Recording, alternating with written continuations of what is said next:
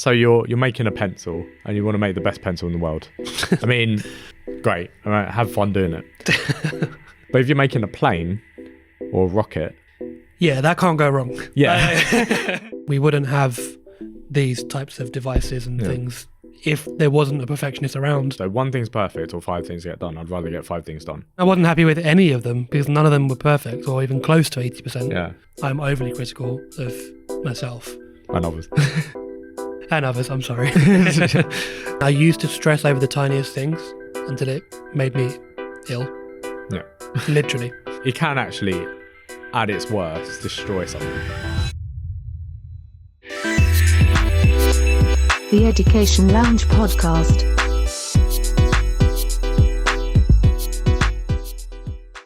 So I was reading your blog in the run-up to New Year. And which one was that? the perfectionist one. Right, okay. Yeah. And, perfection versus getting things actually done. The whole progress versus perfectionism. Yeah. And something that stood out to me was the discussion that you had on music. Yeah, there was a couple of points where I mentioned one about like learning music in school, and then one later on when I was sort of teaching myself how to do music production. Yeah. So that stood out to me just because I obviously I went to school with you and we were in orchestra together. I never thought of you as much of a perfectionist on the violin. No. I didn't really, it didn't come across to me. I mean, I started off that way. I did my grade 1 violin with no music in front of me and got distinction. I memorized the entire thing. Oh. I don't think I've told you that before. Don't you do that later on anyway? Like, as in you go in... I think so, but I mean, grade 1, I think I was like 7 or 8. Oh. I didn't start violin by then. Yeah. So yeah, I did that. The piece, I think it was called Hoedown. Yeah. Anyway, I had it all memorized. I did the exam without any sheet music, and it's the only distinction I've got in a music exam. So I did start off very much like perfectionism. But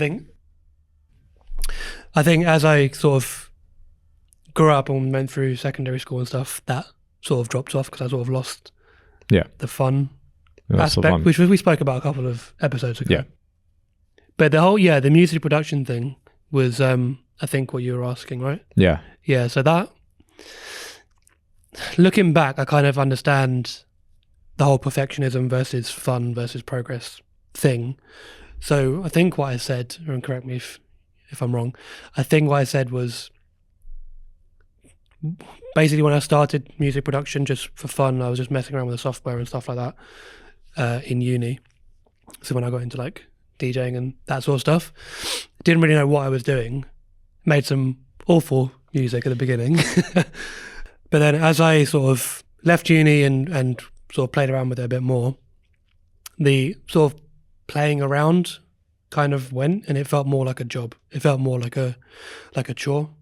And I spent ages like perfecting, right, that kick drum has a little high frequency that I don't want, and this and that, and this snare's not quite as sharp as I want it to be. And I'd get sort of bogged down in the weeds of all of this sort of stuff. And what I found was that the overall track I was making was worse. Even though in my head I'm like, I'm trying to make everything better, it actually ended up worse. So what I found was throwing everything onto the screen, onto the door, the digital something, I can't remember what it stands for. DAW. It's the music production software. So you have like Ableton and Logic and whatever else. I found that just throwing stuff down and getting like the drum patterns out of my head and like the melodies out of my head and just on there with whatever synth, whatever kick, whatever drum, and just getting the idea down and having fun with it, and then going back in and changing the kick drums out and changing the snares and EQing everything later on, essentially leaving all the like left brain stuff for later on and getting all the right brain flow, creativity onto the software. Reminds me a lot of university when we're doing I was in a creative writing society, and one of the exercises that we had to do was just brain dump everything on the page. Yeah, which I've actually been doing, like I said to you, I did it this morning. Yeah. Yeah, it's a good exercise. And it just gets your ideas out, but it's not particularly important what you write. So your point is not to be critical of what you write. Your point is to just get things out and then select the best ideas that come and then refine them. Yeah. So this week, or like last week, I started a book called The Artist's Way by Julia Cameron.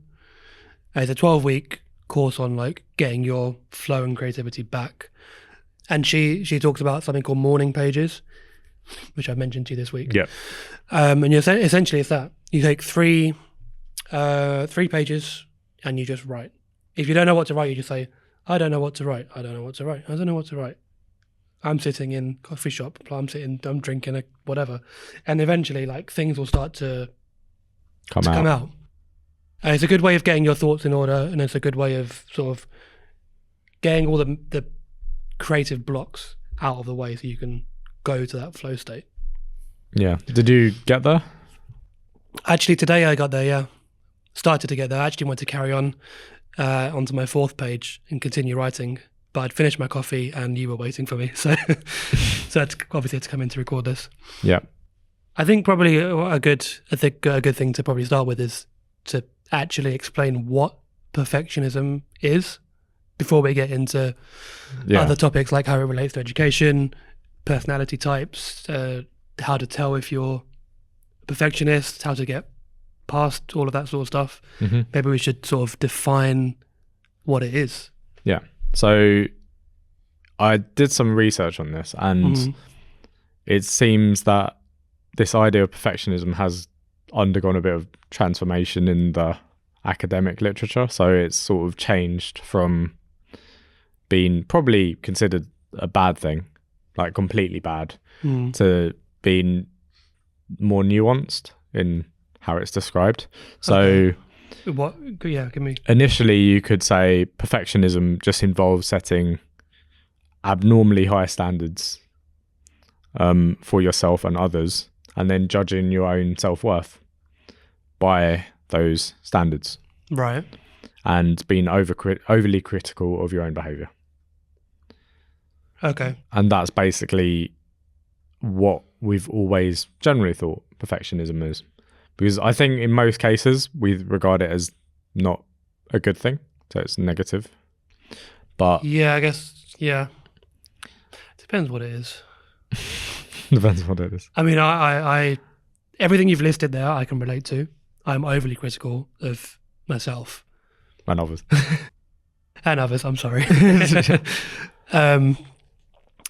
But it's like, I just want things to be done the right way, which there isn't. I know, I get that, but the right way to me is not always the right way to you or whoever else I'm talking to or working with. Yeah. But anyway, yeah, you were saying it transformed into it's something more sort of nuanced. So it's basically transformed into there's more than one type of perfectionism, essentially. So you can have perfectionism that is debilitating. So it's really bad. So negative form of perfectionism, right? Or maladaptive form. And then you've got a more adaptive form of perfectionism, which is actually just setting high standards isn't necessarily a bad thing to do. Can you explain the adaptive and maladaptive? So basically there's 2 types that we think of. So maladaptive perfectionism is fear of mistakes, excessive concern. Notice the word excessive about others' judgments, and is associated with a higher risk for depression, anxiety, and eating disorders.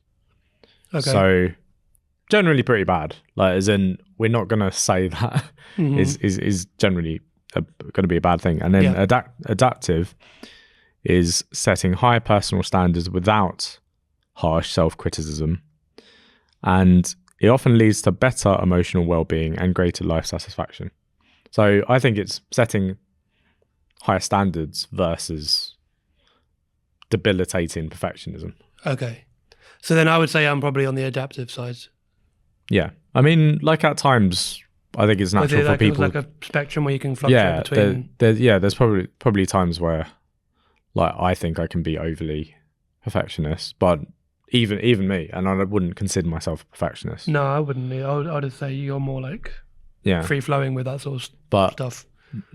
But I get it, as in I think sometimes I've got an idea of how things should be. Yeah. And if something doesn't conform to that ideal, I won't even attempt it in the first place because I don't believe it's worth doing unless it's it's perfect. Yeah. Yeah, I feel like that about a lot of things. I've had to sort of let that go as we've been running. And obviously us working together, we're opposite ends on that. I'm more perfectionist and you're more like, depending on what it is, you're more easygoing. So I've had to adjust my behavior to find a middle ground. Yeah, I just like something to be done a lot of the time. So if it's it's this what was the quote again? Like it's like great. Perfect is the enemy of done. I think it is. Yeah. Wait a minute. Who said that? It was Voltaire. Oh, perfection is the enemy of progress. There's Winston Churchill said that, and art is. But that's from Voltaire, isn't it? The French. Probably. It's adapted from. Yeah. Yeah. I mean, a great mind said one thing, another great mind took it, changed it. He perfected the quote on perfectionism. Or he stated it in a different way. Because I don't think it means exactly the same thing, but yeah. But I think that the Churchill one is probably more apt to what we're talking about here. So we've defined what perfectionism is, and something that I'm really into is like psychology and Myers-Briggs tests and the big 5 personality traits and enneagrams and like all the different personality things. We spoke a little bit the other day, yesterday maybe, about how perfectionism relates to the big 5 specifically, which again is something that Jordan Peterson talks about a lot. It's the big 5. Yeah. So it's ocean. So you remember using the acronym OCEAN, don't you? So openness to experience, conscientiousness, extroversion, agreeableness, and then neuroticism. Yeah. And it's really, really funny because I when I was researching this idea of perfectionism, I thought it'd be good to combine those 2 things together and say, okay, what makes you likely to be a perfectionist? Yeah. And it kind of came up exactly how you'd expect it to be. Yeah. So I'm gonna try and let's see if I can guess this. Yeah. So the first one was openness, right? Openness to experience. I think openness won't make much difference to perfectionism. Is it high or low? Probably low. Yeah. The more open you are, the more free you are. So it's like, a perfectionist has limiting beliefs. This is like Price is Right, like higher or lower. So the next one was conscientiousness. Yeah, conscientiousness. I think you'd have to be for you to want something to be like perfect. You're probably going to be quite conscientious. Yeah. High conscientiousness. Probably lower in extroversion. Yeah, because you're less open again. And then agreeableness, I think will go either way because in order to get something perfect, especially if you're working as part of a team, you're gonna have to be somewhat disagreeable because people aren't going to be always doing things the way you want them to be doing them. So I think, but then it could be the other way as well. It could go either way. Yeah, there doesn't seem, as far as I'm aware, correct me if I'm wrong, but there doesn't seem to be much of a relationship between agreeableness and perfectionism. Yeah, I think you can be very agreeable. Conscientiousness, very, very strong relationship. Yeah, well, and the last one, neuroticism. Yeah, and very, very, very strong relationship again. And I think I am quite neurotic. Yeah. And I think I'm high in openness. Conscientious, I'm high in conscientiousness. It depends. Extroversion, it kind of fluctuates depending on what situation I'm in and who I'm with. I don't think you're as I think the conscientiousness is very this and that way with you. Like in what way? As in some areas you're very conscientious, in others you're not. Okay, so it fluctuates. Depends on the situation. Yeah, but there's some people who are like, with everything, I'm gonna soldier from 5 a.m. till 12 a.m. Well, like all day. No. Like you know, like there are people who are literally like that. I don't think you're like that. I think it depends I I like my sleep too much to be like that. So yeah, it's not even about sleep. It's like for instance, throughout school, I don't think you're like. I think I'm more conscientious than you as a student. Yeah, I agree. But like, it depends what it is. Right. So I think neither of us are completely conscientious. But the thing is, with these types of things, no one is ever fully. There are and some people, zero. conscientious people, also follow rules. I do tend to do that. Well, it depends what it is. If I think the rule is stupid, I will ignore it. Yeah, but like if you're really, really, really conscientious, then you'll be like on it. Yeah, fair enough. You'd follow the rule. We don't have to go through all of them. Yeah, quite agreeable, quite neurotic. So, yeah, I mean, yeah. So there's high correlation between people with perfectionist traits and there's this idea of conscientiousness and neuroticism. So those are the main two. Yeah. So they make and they make sense. As soon as I was not surprised at all that it was those two. No, it does. It makes sense. Another aspect that I wanted to sort of check in research is to what extent perfectionism is linked to age and whether it declines over time. Because in my experience, I get less perfectionist as I get older. I was very, very perfectionist when I was younger. Can you explain give me some examples? Like to the extent that I couldn't even do stuff. Like what? Just anything. Like if I thought I couldn't do it to a very, very high standard, I couldn't even try to get involved in it.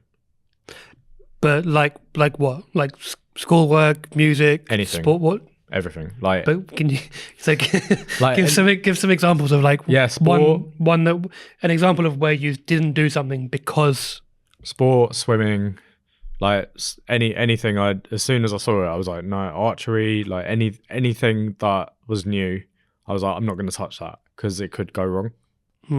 Looking back, I can kind of, not from school, but I can kind of see it now that you've mentioned it, because when we have conversations and stuff, I get the feeling you tend to want to talk about stuff that you know really well, and stuff that you don't know that well, you tend to switch the topic back to something that you do know very well. Yeah, because I think it's, I don't know, sometimes I feel like I shouldn't really talk about anything I don't know. Like if I don't have all the evidence and I don't. But that's a perfectionist mindset. It doesn't stop you from talking about it. Yeah. I mean, the way to learn that stuff is by talking about it. By talking about it with someone that has more knowledge than you, that's how you learn. Yeah. So. Well, and researching it in detail. That tends to be my way. So if I acquire knowledge in that area, then I feel like I can talk about it. So. Yeah. But you'd acquire knowledge by just having those conversations.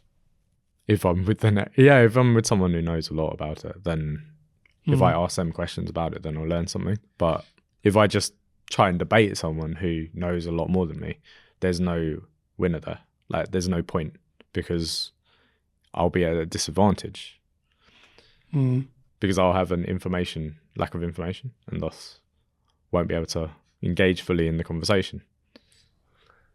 So I don't know if I agree with the logic there, but yeah. But then as I get older anyway, I find that I'm able to talk about most things because I have acquired enough knowledge. Yeah, so this is coming back to the whole age thing, is what I was going to say, because I think as a child I was very much perfectionist. It then dropped off when I got into secondary school and didn't really care as much about all this sort of stuff. And then when I got to probably after university, it sort of came back in again. And then it just, I think it depends on the phase of life that I was in. I don't think it's like it starts very, like, you're young and you're very perfectionist, and you get older and you get less and less and less. I think it, again, fluctuates. I don't think it's like linear. Well, there is some suggestion, although it's obviously quite difficult to understand. It's a time-based, age-based study. You need sort of to follow someone for a long period of time to do it. But there does seem to be suggestion, at least, that there is a correlation between age and decreasing levels of perfectionism. I think, yeah, 'cause I think as you get older, you realise that not everything. Well, the world is not perfect. Yeah. The world will never be perfect. And your perception or your idea of perfect is different to somebody else's idea of perfect. So it will never be. But you think about, this comes back to, was it a blog before maybe? Well, did I speak about Morgan Housel's Same as Ever book? Was that last podcast, one before? Blog. I wrote it, spoke about it somewhere. Anyway, the tree that grows the tallest and the straightest to get the most sunlight is like trying to be perfect, but then it sort of bends and collapses under its own weight. Yeah. So it's a natural thing. In nature, nothing is perfect, because if something is perfect, it negates another aspect of the characteristics of that animal or plant or whatever. So nothing in nature is perfect. Therefore, nothing that we do as part of nature will ever be perfect. Yeah. And perfection's it's obviously this objective, yeah, subjective thing. So perfectionists have an objective view of that something should be a certain way. It has to be that way. Whereas in reality, it doesn't play out that way. And I think that's also the other thing is children live in a sort of curated world. So everything's like pretty and lovely, and you're the, I don't know, if you're a girl, you're the magical princess or whatever. And then if you're the boy, you're the sort of hero archetype with the sword that saves the princess and that sort of thing. It's like you play into these childhood archetypes. Your dad is perfect for you. Your mum is perfect for you as well. Like your parents are like, everything seems perfect in a sense. And then you're shielded from a lot of the pain in the world, right? Yeah, you're in a little bubble. Yeah. Which, is fair enough. As in, I think it's nice. It's the magic of childhood. But it also can lead to a bit of delusion as you get older. So obviously in the teenage years, you might be confronted by more challenges. You're approaching adulthood, you realize that the world isn't completely rosy. And that's probably why the transition between childhood and adulthood so difficult. Partly why, yeah. And then I think now social media is a big sort of bit more of a thing that we didn't have to deal with so much. Obviously, we still had to deal with the perception of others, that kind of thing. Growing up, family pressures, that sort of thing. But I think this current generation has maybe it's slightly worse because they have such a curated life and it's online and... Well, yeah, not even that. Everything that they see is curated. It's a highlight reel of somebody's life. You don't see the imperfect moments. The 49 photos that were taken before this 50th one got uploaded. Yeah. Yeah, I just thought it was an interesting dynamic. The fact that like for me, a lot of the time, if something's done, it's better than it being... If 5 things get done, but one thing is perfect, or like the choice between the two. So 1 thing's perfect or 5 things get done. I'd rather get 5 things done than 1 thing perfect. Yeah. But a perfectionist would be, well, I can get all 5 things perfect, so why shouldn't I? Yes, but then it's about accepting that you can't. Yeah. And that's the next strand of the conversation later on. We're going to talk about how to get over or get through the like strategies and yeah. Yeah. Let's talk a little bit about how perfectionist plays out in a student's life and how it can be debilitating. Because I think I've seen it a number of times, but there's like a certain student that stands out to me. Okay, go on. So I had a student many moons ago. It's a long time ago. She's probably at 20, 25, 26 now. That's mad. Yeah, that's so crazy. Yeah, she must. Yeah, must be quite old now. She was so let's call her Diane. So Diane was, I'd say, a B student in many ways, because but it wasn't because she wasn't capable of getting those A stars and other grades and higher things. She could aspire to higher things, but it was actually perfectionism that was somewhat getting in her way. Because if she saw a question and there was even the slightest sort of possibility of her getting it wrong, she was, and was in maths, because I initially took it in maths, she would be afraid to even attempt the question. So, and I've seen this as well with younger students. I had someone like that yesterday. Yeah. But she basically, it was about helping her with the knowledge side, but a large part of what I did to work with her involved reframing her idea of problem solving. So rather than getting her to think about getting it correct and focusing on the answer, I got her to focus more on the process. Yeah, which makes sense. Yeah. And the way I did that was I just gave her a book of puzzles and we started working through puzzles, because puzzles are fun. Yep.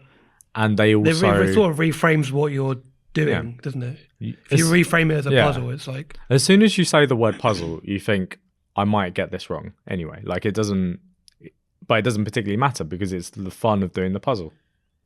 Yeah. There's no high stakes or anything involved. It's But even with that, like she had the tendency to want to get it correct. Like yeah. Well, you would, wouldn't you? Yeah, she had a competitive nature, but that was really important for transitioning her to sort of get those higher grades, because now she could, after doing that for a period of time, she was able to sort of embrace the idea of problem solving, getting stuck in, getting things on paper, even if they're not right, because at the end of the day, you can pick up marks here and there. It's a bit like you were talking about the kids who rub out their workings. Yeah, I said that in the SATs video, the one that's just gone up. They want their page to look nice and neat, and they want just the answer and the rest of the page white. Just the question, blank page, and then just the answers. Like, so everything's like perfect. They just know what it is. But obviously, 2, 3, 4 mark questions. Mm-hmm. Even I couldn't do that without writing something down. So yeah, we have this idea. Have you ever seen Amadeus? No, what? So it's a really good movie. You should watch it. It's about Mozart and Salieri.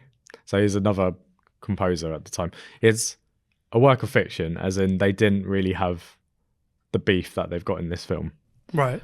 But basically it's about Salieri just being confronted by the genius of Mozart, and he just can't. He's just like, this person is just a genius, just so much above him, and he could just like write stuff perfectly, like perfect sheet music. And it's true, like, as in if you look at Mozart, you could just write out music perfectly, but if you look at Beethoven, there's like crossings out and it's like a complete mess, like all over the place, because he's like, that's no good. But Mozart could just go that straight from his head onto the page without even like trying things out. He could just do it. And sometimes you are confronted by that sort of genius perfection. It's like, Yeah, but that's like one in how many? Like, But Beethoven, absolutely brilliant, probably the greatest composer ever. Like, but he had sort of rubbings out and stuff like that. And at the time, actually, Salieri did very well. So, as in he's although he's lesser known than Mozart now, at the time he was sort of regarded as pretty important. And yeah, it just reminded me of that, like, you know, this tendency to want, like, you think of perfection and you think about, oh, what is a good student? And you kind of think, oh, they just write things and it's all perfect and the whole way through. But sometimes you find it's not like that. It's a lot of hard work, a lot of hard graft, and a lot of rubbings out. And yeah, well, it's what you learn, and stuff. you're going to try it, realize that doesn't work, this one does work. Yeah, you know, which is the same in everything. And I've seen also people who are brilliant, as in, I think they're probably like very high IQ geniuses, sort of level people, and what as in here? Well, just like at school, right, and stuff like that, and then transitioning to university. Like, I know some people are just like proper geniuses, but they go to university and all their life they've been at the top. They've been perfect, as it were. Yeah, like 100 on everything, like all through their lives, 100% scholarship to this place, and like nothing they can do goes wrong. I can see where this is going. Yeah, and at university they're confronted by, first of all, a lot of smart people. So I think there's some reality to it. But even at those universities, they're probably like amongst the top. But it's just there's people better than them. It's not even that. It's the reality that they don't know everything. It's just confronting that reality that there's some questions out there that are beyond them. As soon as they're confronted by something they cannot answer, it's like debilitating. Destroys their world. Yeah. So yeah, that's I think that's kind of an interesting. That's kind of what it can actually, at its worst, destroy someone. That's what perfectionism can do. Well, we will have to. You'll have to give some strategies on this in a bit. Yeah, it's not all bad. No. Yeah, like I said, there are those two forms that in the scientific literature. There's the one that's really, really bad. Like I said, the one that destroys you, and there's the one that actually helps you. Yeah, sort of reach another level, and there's probably a healthy approach to it. Do you think you can create or become excellent without having some element of perfectionism? Like, what's the balance? Yeah, I do think there's a healthy balance to be struck, and there are some perfectionist traits that are important in achieving anything. Right. Because ultimately, life is quite competitive. Yeah. Yeah. And at the very top of anything, if you're at the very top of anything, you reap the rewards. So there's some level of perfectionism that is critical to that. But can you get to that point without perfectionism being a trait? Well, it's the high standards part, isn't it? Yeah. That's really I guess having conscientiousness, so working hard towards something, but also having this idea of excellence in your mind. And I wouldn't say it necessarily avoids the issues that you might have mentally. So some of these people who are at the top of their fields and they're brilliantly successful, I question how happy they are. Like, I don't think you can have both. True, but I agree with that. But I'm talking more about excellence versus perfectionism.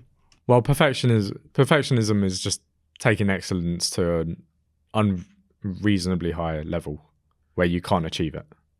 I don't know about can't achieve it, because you can't, because perfectionism by its very nature, unless there's God is just perfect, right? But you can't achieve something godlike. Probably not, but I mean, the example that comes to mind is the. Have you heard of the Steve Jobs "back of the fence" quote? Do you know? No. What's the back of the fence? So, quote? I know he dropped an iPhone in water to make, or something like that, an iPod. oh, that was something about like, we can't get any. We can't find any more space or something in the iPod. Yeah. And then in front of the people that had made the very first prototype of the iPod, he just got it and dropped it in water, and bubbles came out. It's like, there's air in there, there's space. Do it again. But is that true? What do you mean? As in, the thing is, he did that as kind of a power play, but then it's not really like, it doesn't prove anything, because like, even if there were space there, sure, there's space there, but it doesn't mean that you can make the device smaller. They did though. Yeah, they did. No, but that was just like, in that case, that was true. Yeah, but in every case, it might not be true, because there might be some laws of physics that would be impossible, or engineering that you could not. Yeah, I mean, it depends what the product is, because the iPod was fanless. It's not like it needed airflow for cooling and. Yeah. So, yeah, and I guess if you dropped it in there and no air came out, you would have been like, yeah, okay, good. I don't know. But the back of the fence thing is like, I can't remember the exact quote, but it's essentially someone painting a garden fence, but they only painted the side that faces your garden. Mm-hmm. And then, you know, you'd say like, to paint the back as well. It's like, well, no one's going to see it, no one's going to know. And it's like, well, I'll know. And I'm kind of like that. I'll know. It's the same reason why, do you remember when we opened up the back of one of the MacBooks back in the day, when you could actually upgrade them yourself? Yeah.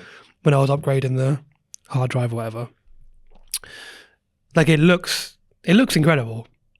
If you compare like how everything's laid out, it's all really nicely, neatly designed. The ribbon cables are all perfect and stuff like that. And that was one of his things. Again, it was like, he opened up the back of a MacBook or something. I don't know the exact quote or whatever, or model, but it was basically, he said he hated the way it looks, and somebody was like, well, not a single one of our customers is ever going to open it. How are they going to know? It's like, well, I don't care, make it look good. And I get that. I understand the concept and the thought behind that. And back to the 5 trait thing, he was probably not that open, very neurotic, quite disagreeable. Yeah.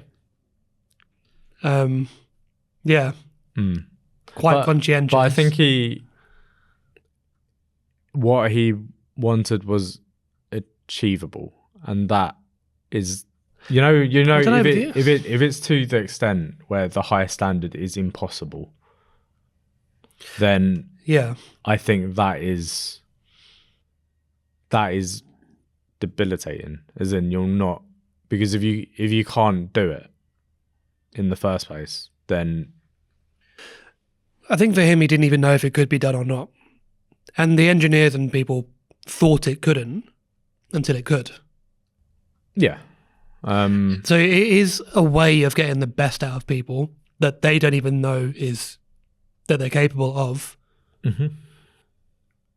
It's just, you have to go through a lot of stuff, a lot of crap to get to that point. Yeah. But it's what made the iPod that thin rather than like that. Like, it obviously made a difference. Mm-hmm. And obviously he was very critical of Windows devices throughout his whole. It was quite famous for sort of bashing on other competitors and their products.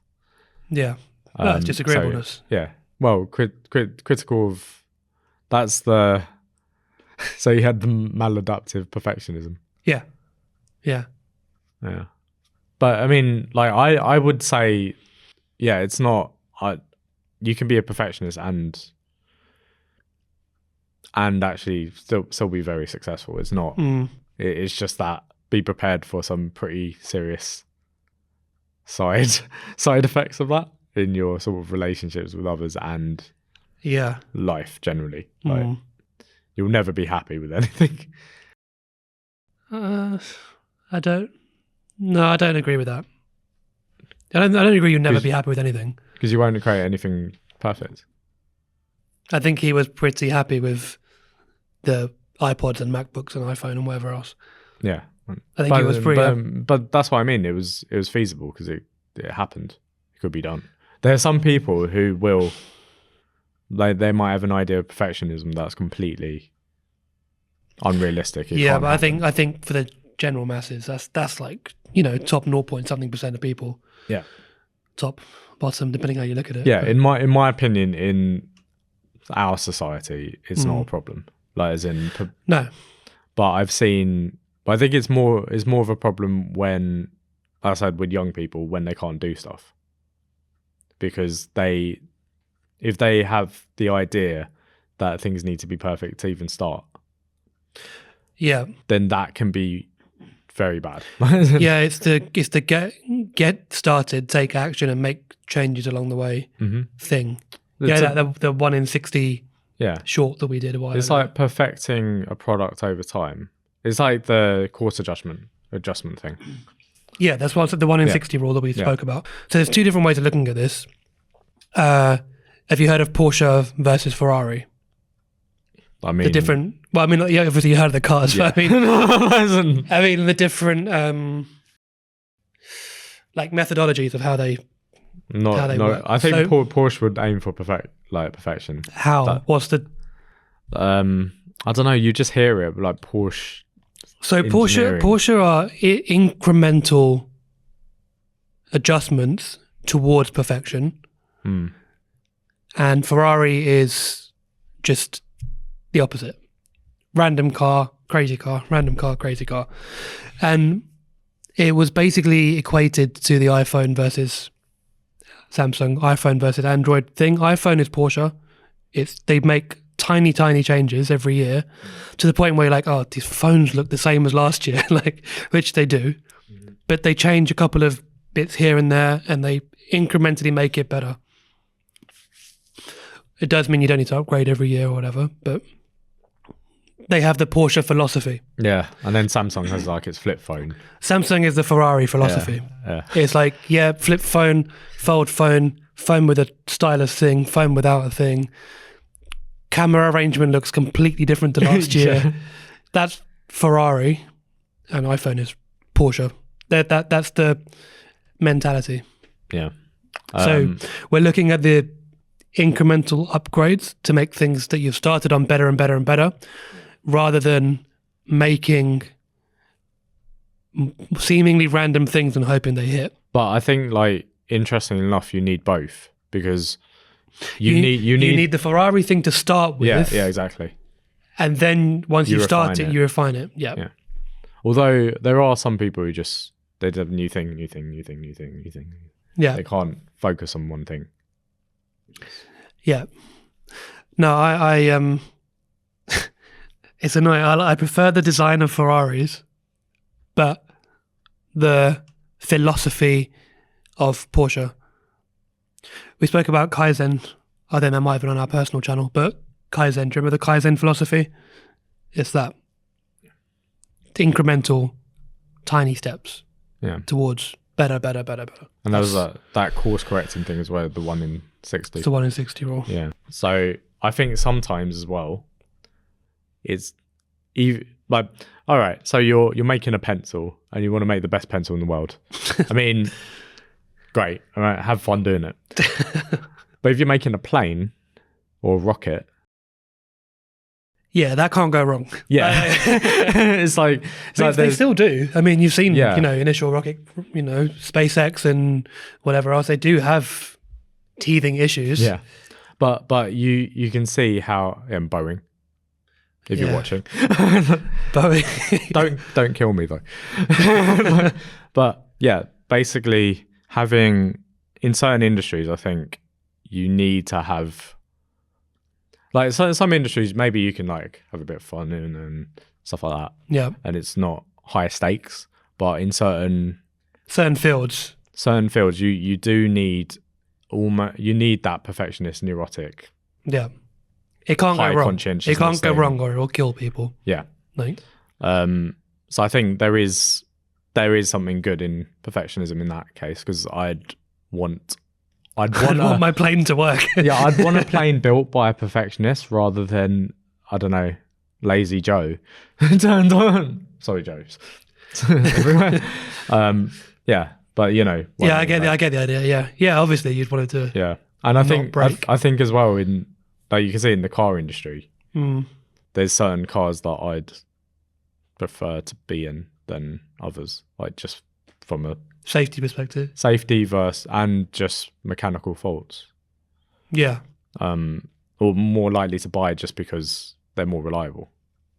So Yeah, same. I agree. same with houses. Some of these really big housing developers, they take like some shortcuts when they're constructing, and Yeah. that can actually end up costing the home buyer, the one who's invested in this property. Or worse. Like The whole Grenfell, the cuts in building Grenfell, for example.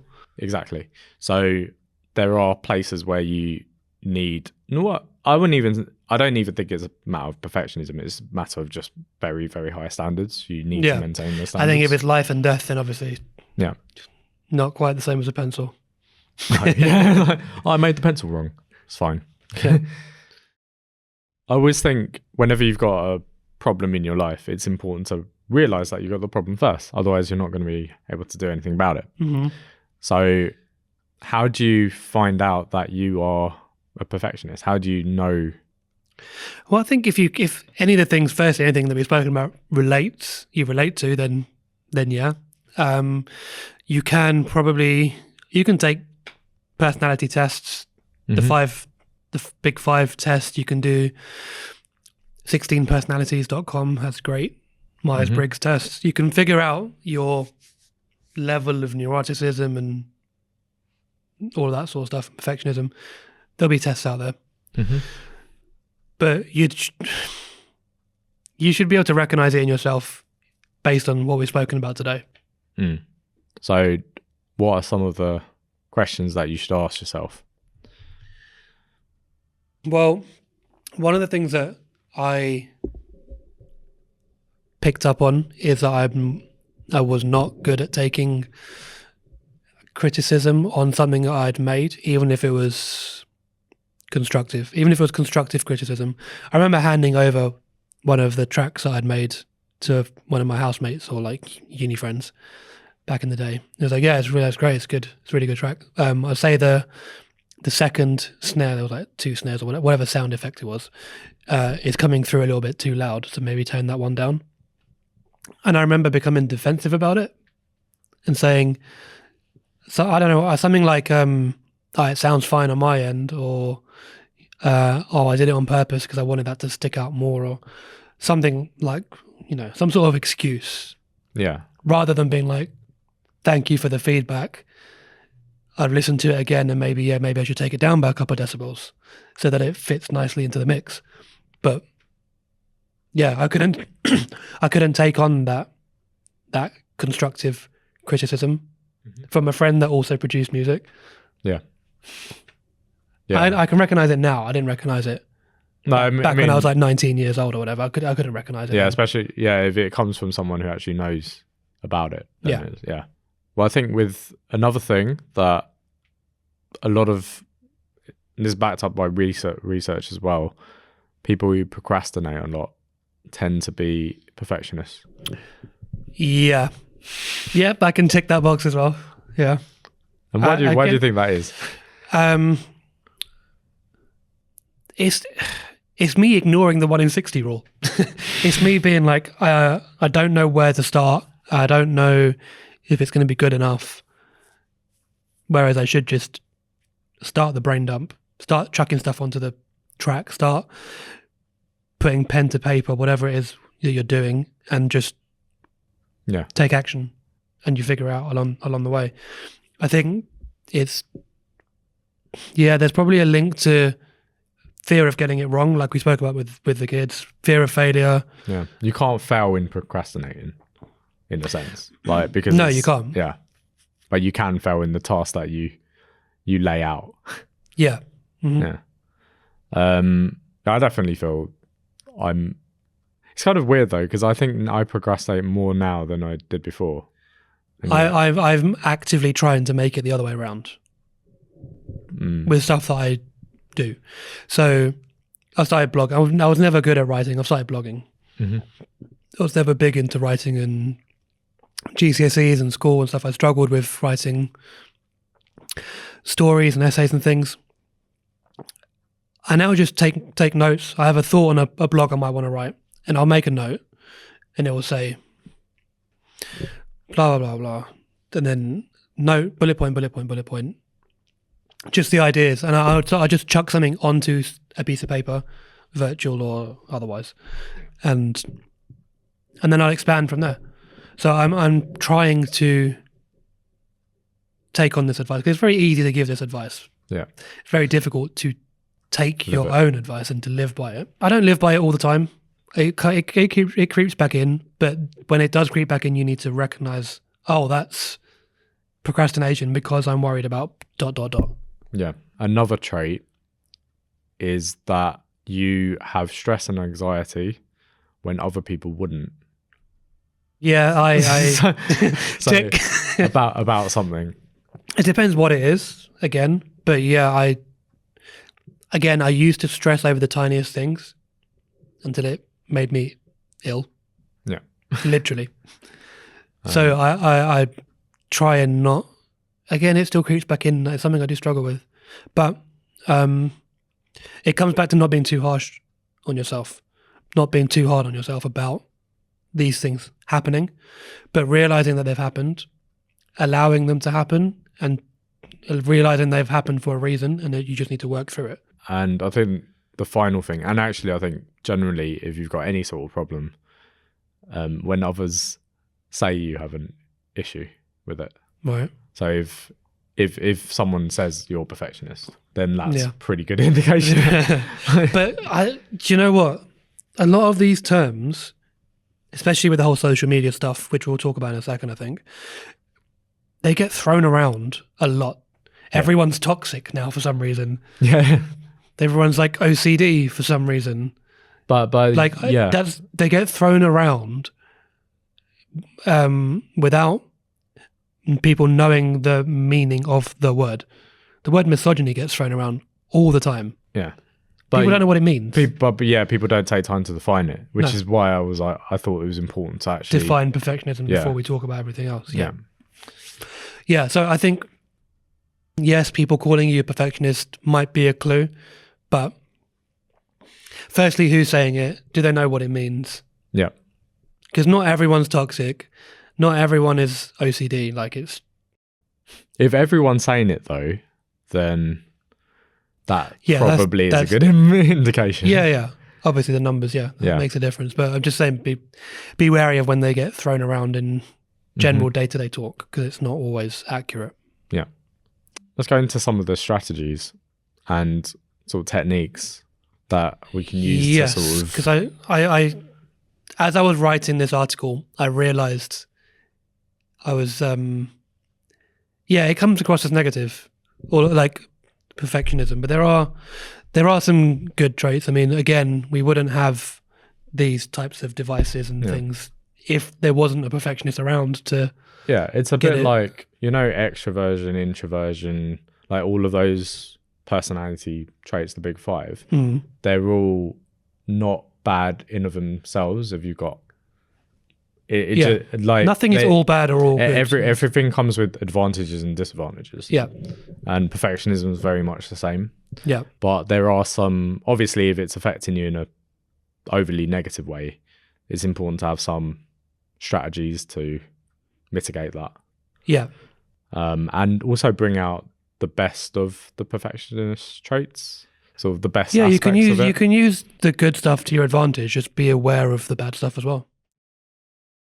The first tip I had when I was writing the strategies to deal with this perfectionism was mainly in terms of the businesses, and it was to outsource and actually trust that the person you're giving the job to can do a decent job This is good if you're capable of trust. That's the...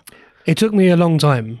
It took me quite a long time to allow someone else to do, I don't know, the printing or whatever, whatever. Video editing as well. Video editing is a big one. Always takes me a long time to get those handed out. Yeah, Andrew, great job. Social media work as well. Social media work took us a while to hand out as well. But I think, again, with anything, it's back to 80-20, right? I said that if you can outsource a task and you can get someone to do the task to 80% of the capacity or 80% of the way to your idea of perfection, then do it. Because it makes up 100%, right? First 10% is you tell them, this is the task, this is the brand colors and the whatever fonts and stuff, this is what I want you to use. You let them go away, do 80% of the work, do the edits, do the social media, whatever. And then the last 10% is you saying, like a quick run through, like, oh, can you cut that bit but leave that bit in? Can you spend more time on that and leave this bit out? Can this pop up on screen? The last 10%. So you are still making up 100% of the work, but you're not doing 80 of it. Yeah. So yeah, perfectionists have trouble handing tasks over. Which I did. I mean, I definitely did. And obviously, this is specific to if you're running a business, but you obviously we've not been able to hand everything over, but you obviously need to replace your time with money. It's an important skill for anyone, though, because in any part of your life, like if you take the whole burden of everything all the time, then well, it's burnout, which is what I did. I took on all of it, running all the stuff, doing all the social media, doing all the video stuff, all the podcast stuff, all the teaching. Like, we took on all of it. Yeah, it's too much. It's too much. Yeah, you do everything to subpar, lesser extent, and then you're not happy with the result because you're a perfectionist. I wasn't happy, and I wasn't happy with any of them because none of them were perfect or even close to 80%. Yeah, but I think we're working on that. We're getting there. What other strategies? I think. What about strategies that are not so much like to do with running a business, but more personal in your like day to day, in your school life, if you're writing, like you write blogs and stuff as well. So like, what techniques? I think setting deadlines is probably the key to getting, like, if you're able to sort of as a tool to sort of put in place, setting deadlines really helps, because a deadline forces you to get something done even if it's not perfect. Yeah, so I guess that's similar to like when you have to hand in an essay, for example. So imagine if there weren't deadlines at university. Yeah. Like, nothing would ever, first of all, you wouldn't see any essays. People would also be worrying about making it perfect as possible. Yeah. Or not doing it at all. So you'd have two extremes. You'd have like the perfectionists sort of going, oh God, I need to do it perfectly. And then you'd have like the people who are just like, Yeah. I mean, I had that issue. I was a last minute person. I found if I had a deadline for an essay, I would write it the night before. I found as well that the further away the deadline, sometimes the worse it is.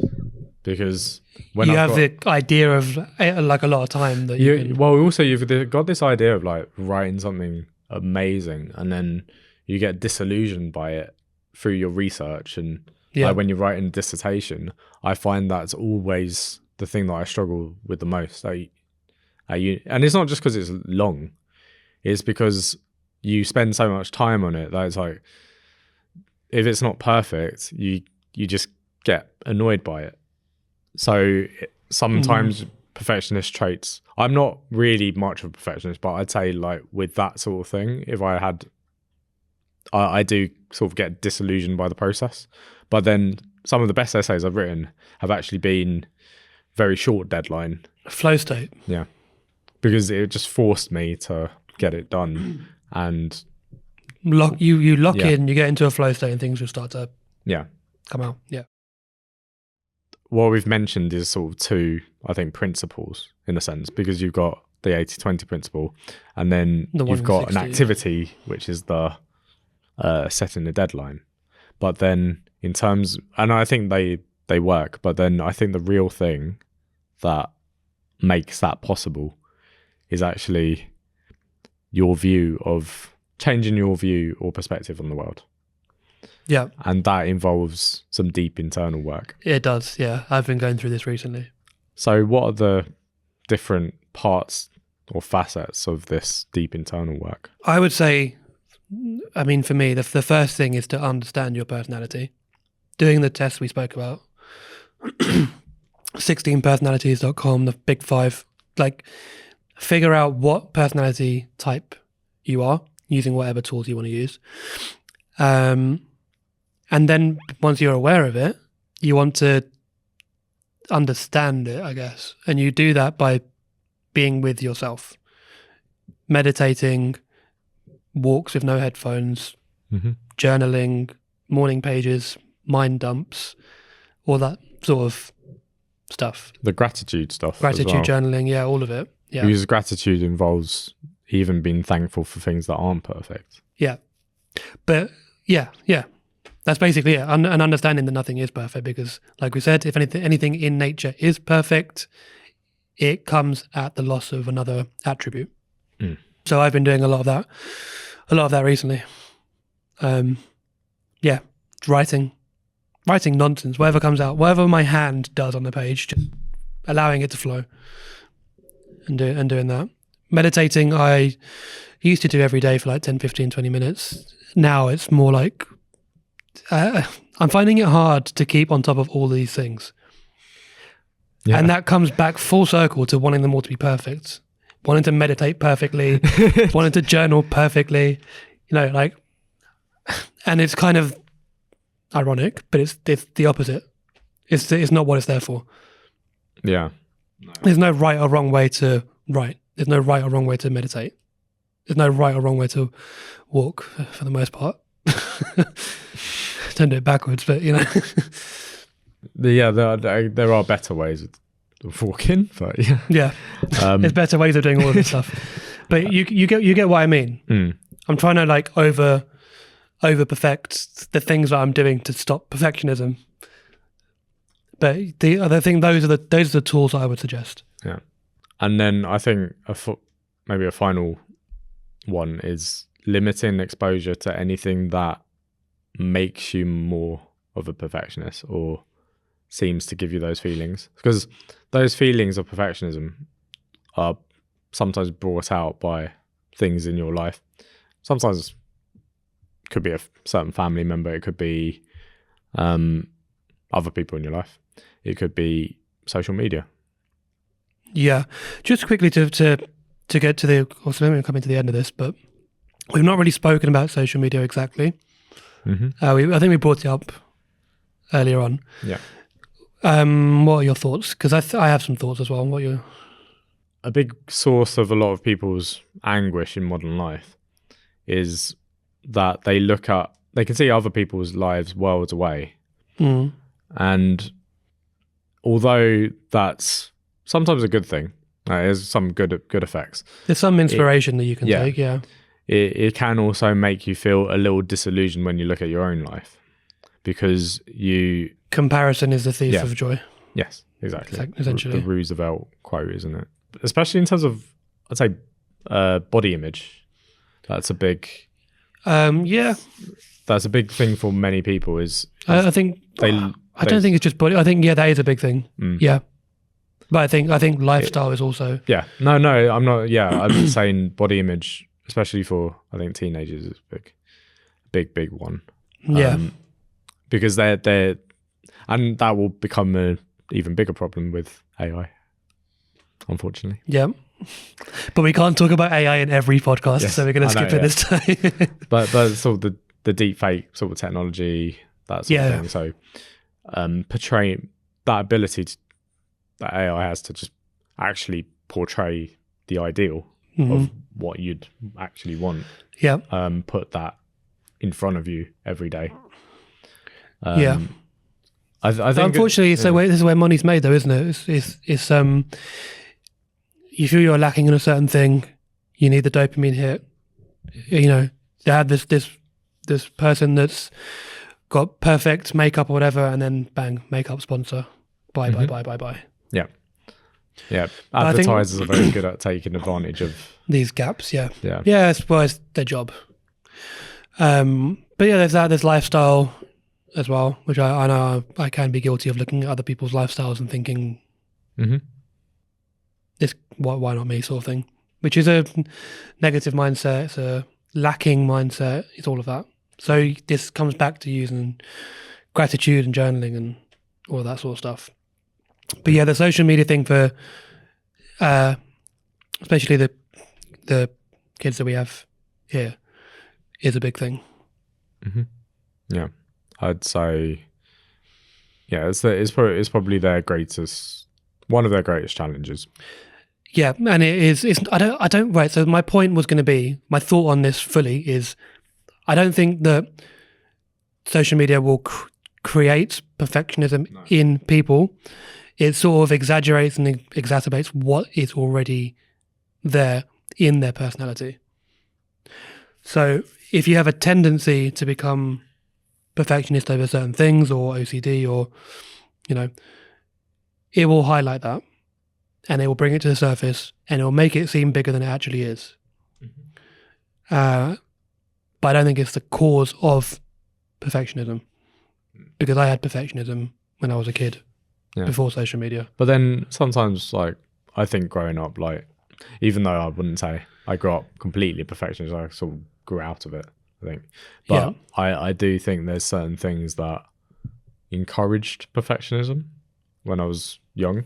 Yeah. Sort of that mindset of, like, if you do something, you do it properly. Don't, like, if you're going to even try and do something, don't do it if you're going to get it wrong. It's what you get told, isn't it? Do it properly, or don't do it at all. Yeah. And that sort of attitude, I don't think helps. It gets embedded. Yeah. Especially that age, neuroplasticity. Yeah. absorb, all that. But yeah, that's my thought on the whole social media thing.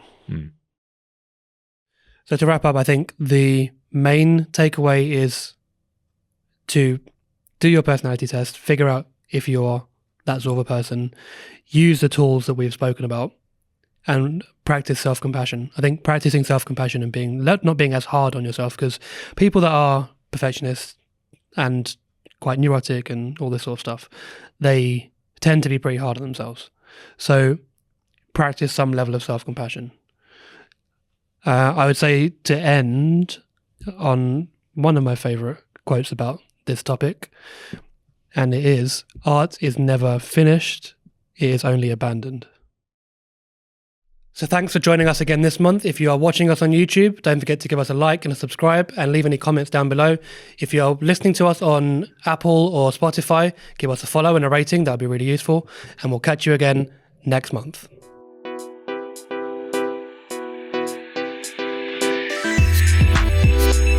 The Education Lounge Podcast.